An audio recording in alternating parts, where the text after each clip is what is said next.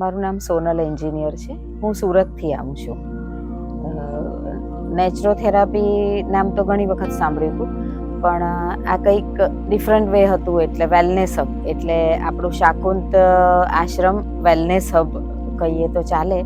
અને અહીંયા આવીએ ત્યારે આના એન્ટ્રન્સથી માંડીને આપણે ડાઇનિંગ હોલમાં જઈએ કે રૂમ્સમાં જઈએ, કિચનમાં જઈએ.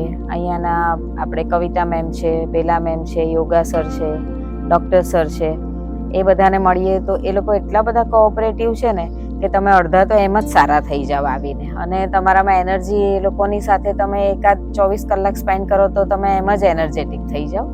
અહીંયાના અંદરથી બધી ફેસિલિટીઓ પણ બહુ સરસ છે. અમે લોકો કોટેજમાં રહ્યા છીએ, તો કોટેજની અંદર પણ તમને એક સ્ટાર હોટલ જેવું ફીલ થાય છે. અહીંયાનું ભોજન પણ બહુ સાત્વિક છે. એનો ડાઇનિંગ એરિયા પણ ઘણો જ સુંદર છે.